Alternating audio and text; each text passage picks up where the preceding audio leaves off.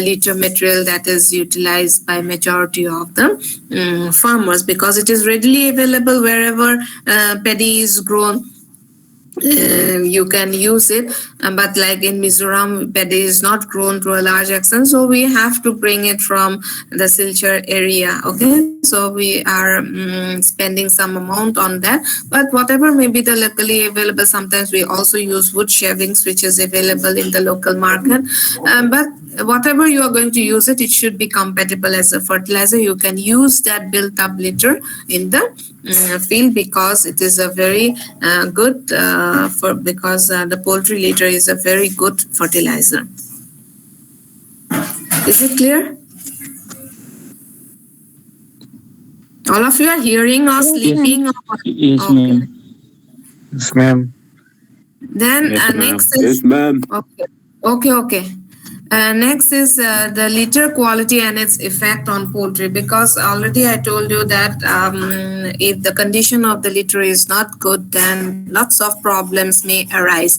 So what are the things that you should keep in mind? First is that a concrete floor is always advised, okay, and for a perfect disinfection at the end of each batch. Suppose you are rearing the broilers, because broilers are usually kept under the deep litter system of management. It is not that layers are not kept for in our farm. We also keep the layers in the deep litter system, but since here it is not very wet also, but the concrete floor is advised for a perfect disinfection whenever you are going to bring in new chicks. Whenever you are changing the litter material, then you can just go for disinfection of the floor and then put new litter material. Okay.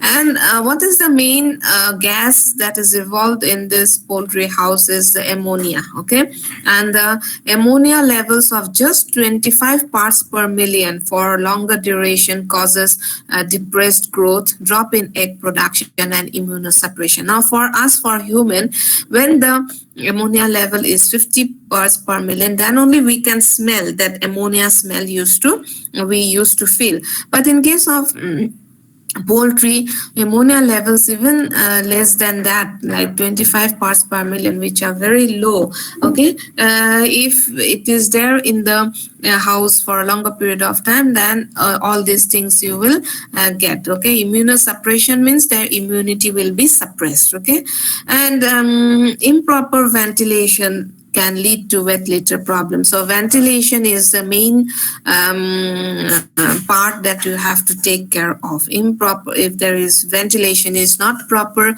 then it will lead to wet litter problem, and ammonia fumes develop in wet litter at a faster rate. So what usually happens is that ammonia will rise up. Okay, ammonia will rise up. So always you should have true ventilation. If one window is on the north side of the wall, the other outlet should be on the south side. Okay, it should not that one window is in the east and the other window is on the in the south. Okay, it should not be like that. True ventilation has to be there, because ventilation is a very important part in the management of the birds. If ventilation is not proper, even for cage system of management, if ventilation is not proper, then the birds will be affected. So another thing is that the litter should not be too dry or too dusty, because if it may lead to problems such as dehydration of the new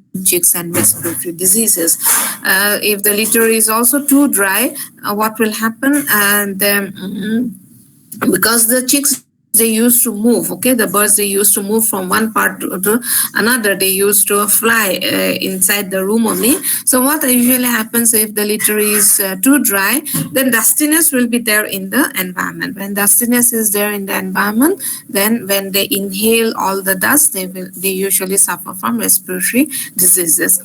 Now, ideally, the litter moisture should be maintained between 20 to 25%. So this you have to remember. Okay, so this is the 25 parts per million is very important. Ammonia levels of this one, it will affect if they in one day effect will not be seen. Okay, so when the birds are having are inhaling those ammonia for a longer period of time, then the effect will be there. So the moisture percentage should be 20 to 25%, and ammonia starts production when the moisture exceeds 30% and increases further as surrounding temperature increases. Okay, so these 2 points you have to remember, these 3 points. Okay, one is the ammonia level, next is the liter moisture, that is 20 to 25%, that is ideal. If it is below 20%, like 10% or 15%, drastiness will be there in the farm, which will affect the birds. And if it is more than this, that is if it is more than 30%, then lots of ammonia will be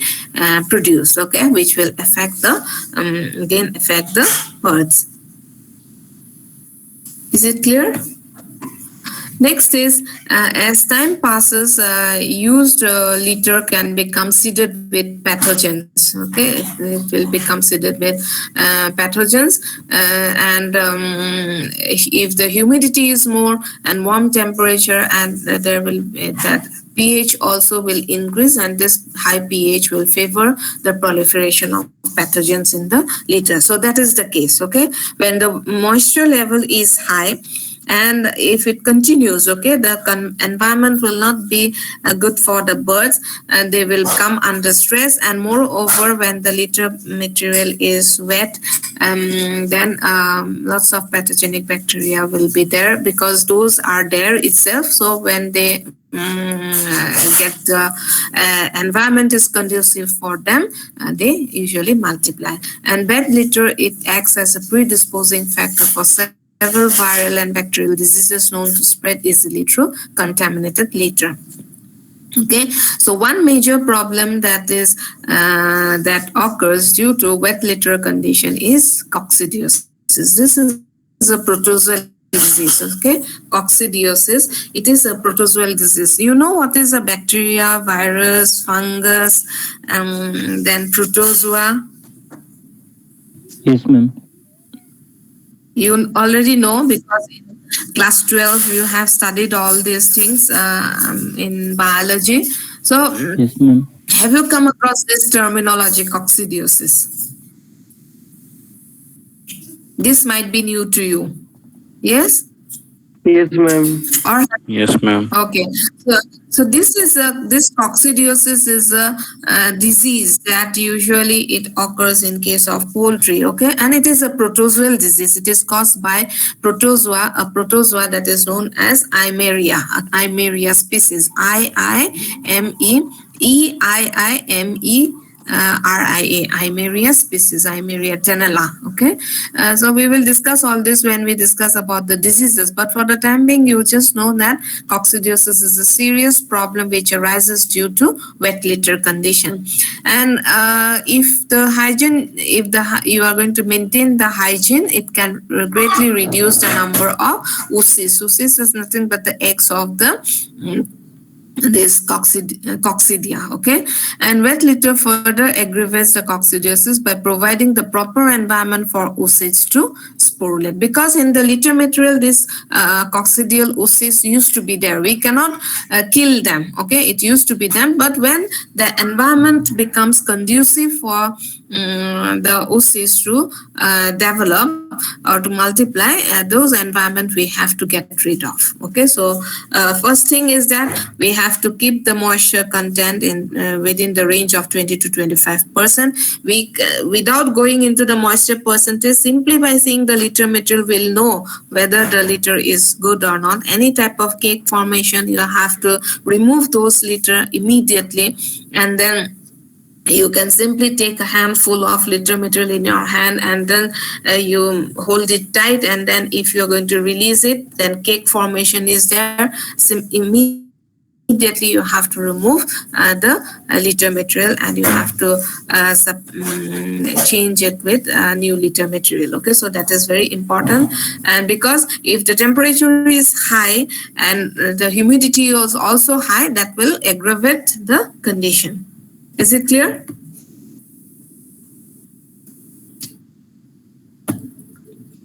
Next is what are the litter-borne diseases which we find because these are the least which usually occurs due to wet litter condition or due to improper environment in the poultry house. It is not that only these diseases will occur. You will find many other diseases also because like viral diseases also you may get. But the thing is that due to poor litter condition, the immunity of the birds will go down, which will lead to effect by other viruses and bacteria. But usually these are the main diseases which occur directly due to wet litter condition. One is coccidiosis caused by protozoa, that is Eimeria tenella. Then coli bacillosis. Okay, coli bacillosis is a bacterial disease caused by E. coli. Then aflatoxicosis is a fungal disease caused by Aspergillus flavus. Then Aspergillosis is again a fungal disease caused by Aspergillus species, Aspergillus fumigatus.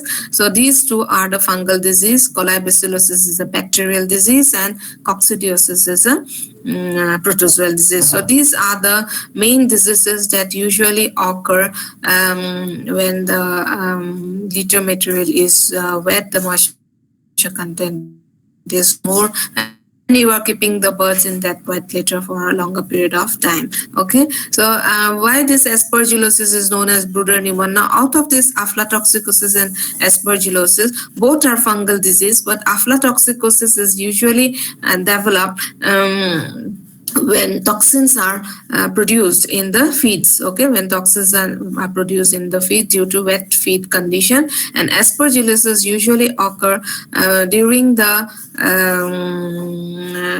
brooding period, when you are giving the temperature, you are maintaining at 95 Fahrenheit. During that period of time, when if ventilation is not proper and the litter is wet, then the birds, particularly the chicks, they usually suffer from a respiratory problem that is known as aspergillosis. That is why it is also known as brooder pneumonia, because the younger birds are affected, younger chicks are affected, and since it is related with the respiratory problem, it develops pneumonia. That is why it is known as brooder pneumonia. And other diseases like miscellaneous diseases you are going to get, like pododermatitis. Pododermatitis is caused due to bacterial infection, and pododermatitis means inflammation of the skin of the birds at the paw, okay, just at the toe region they are going to have. Then heartburn is also it is a characteristic of the inflammation of the hawk portion, and breast blisters are also seen in the breast portion, particularly in the keel bones. Okay, have you heard about the keel bones in anatomy? No, ma'am. No. Okay, so, for the time being, you just remember that the keel bones are inflamed, and because of that, because cyst formation is there, because when it comes in contact with the, particularly this breast blisters, you are going to find in those birds which are very heavy, okay, like 4 kg, 3 kg birds, when they are always on the litter material, and if the litter material becomes wet, then it causes blisters in the keel bone. Okay, so that is there. Ultimately, so there will be inflammation, and all these are the consequence of poor litter. Okay. These are not very serious diseases. It is not that if anything occurs, then 100% mortality will be there. There are some viral diseases like Newcastle disease and bird flu and all, where 80 to 100% mortality takes place. But these are not very serious. These are the diseases which are caused due to faulty management practices. Okay, faulty management practices. So these are these diseases you can easily prevent if you are following good management inside the house. Okay, just remember, because when we study about the diseases, we will study in details about this diseases. So not in details, but regarding the management part we will discuss. Okay. Next is management practices. This is very much important. How you are going to improve the litter quality, how you can keep the litter material in a good condition, so that the birds, they are healthy and they do not their immune system doesn't go down, and they perform very well. Okay, so first is the initial thickness of litter. Initial thickness, how thick you are going to put the litter material, that is very much important. 5 centimeters should be there during the summer and 7 centimeters during winter. So when you start with the litter material, this should be the height or depth of the litter material, whereas the final litter thickness should range from 10 to 12 centimeters. Already I told you, when it is mixed up with the fecal material, the height of the litter material increases. Okay, and from my experience, whatever I have seen, that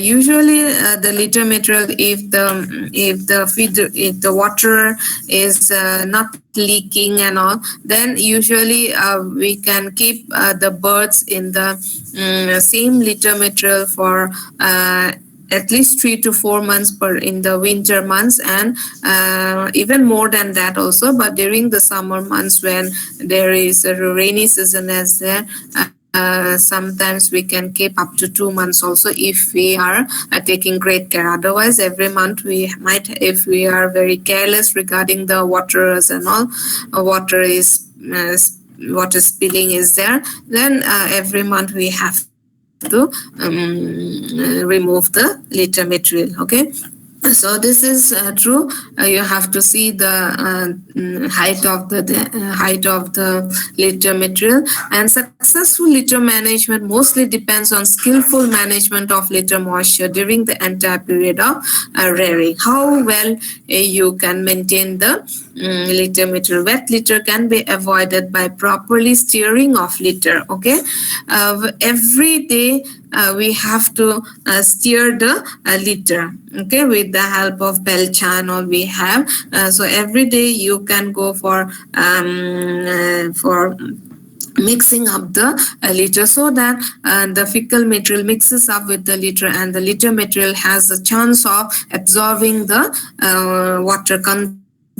And so every morning you have to go for upside down of the litter material and make it so that you are avoiding the formation of cake. Now, if you are not going to do it, what will happen? The birds will their droppings will be there, and the above part, it will become moisture, more watery type will be there. And so that is the first management part that you have to do every day. Changing of the or mixing up of the litter material should be done, and that process is known as raking. So later on, when I use the term everyday raking should be done, you should know raking means the properly steering of the litter material with the help of some equipment.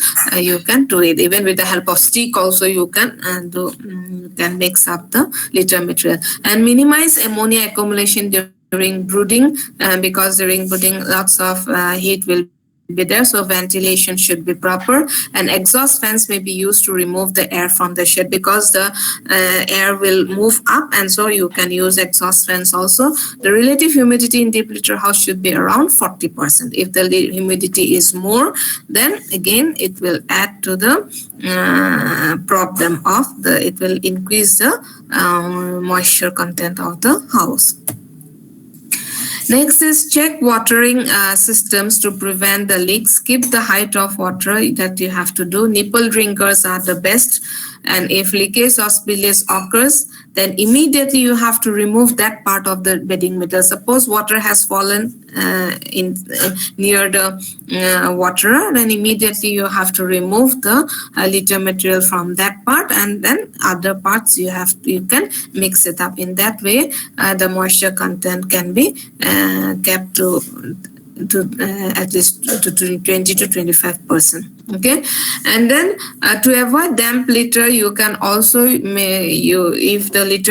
you do not have sufficient litter, and then if the litter material has become sufficiently moist, more than 25%, then what you can also use this superphosphate. Okay, superphosphate in the ratio of 1:4 1. That means one part is superphosphate and 4 is this one wood ash and fertilizer grade superphosphate. Okay, you can mix it up and then sprinkle over the liter at the rate of 5 kg per 10 meter square, or simply you can also use lime. Okay, lime can also be used. And in winter season, depth of litter may be increased by, already I have discussed. And nutrition is another important factor when we come across this quality of the litter material, because if you give them more salty diet, then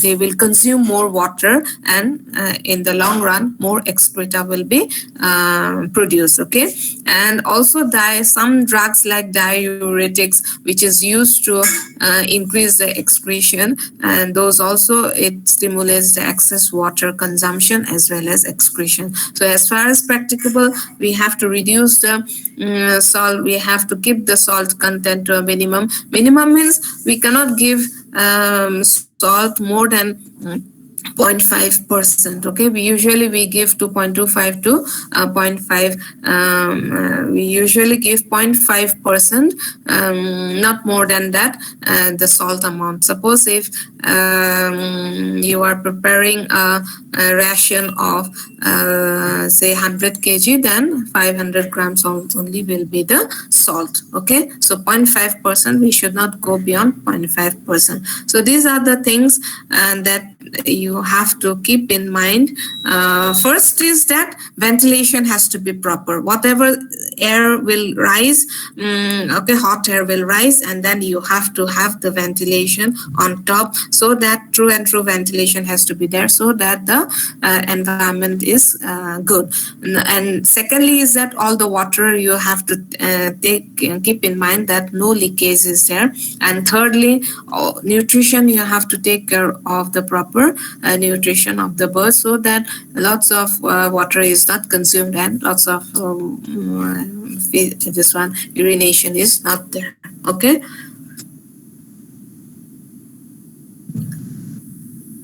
Next is the utility of poultry manure. So one utility is that simply you can use it as a fertilizer, and second utility is that since poultry manure is very high in protein, you can use it as cattle, pig, fish and poultry feed ingredient after proper processing and drying. So these are the two. Simply you can use the litter material in the as a fertilizer in your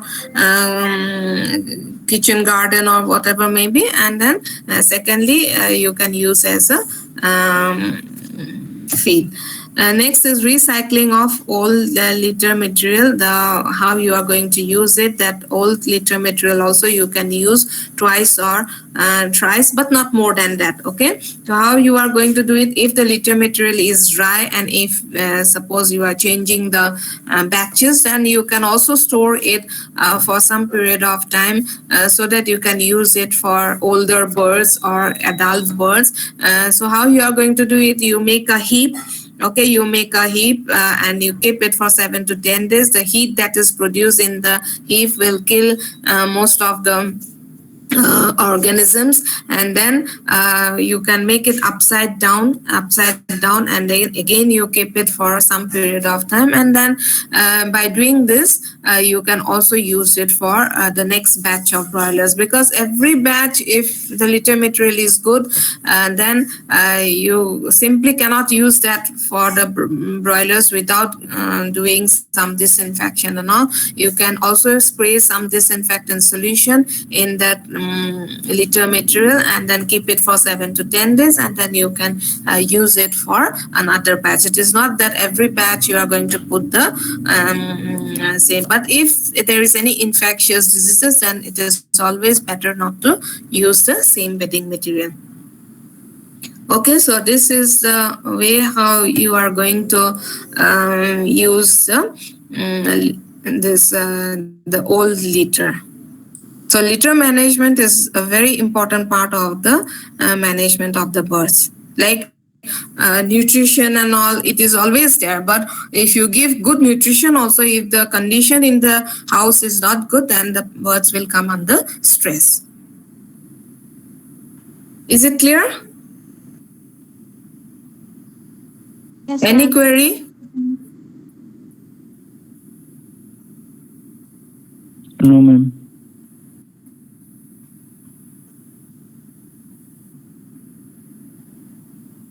Okay. So we'll wind up here.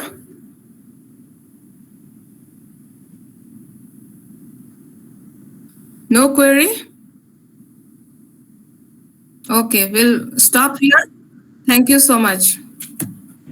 Thank you, Thank you, ma'am. ma'am. Thank you, Thank ma'am. you, ma'am.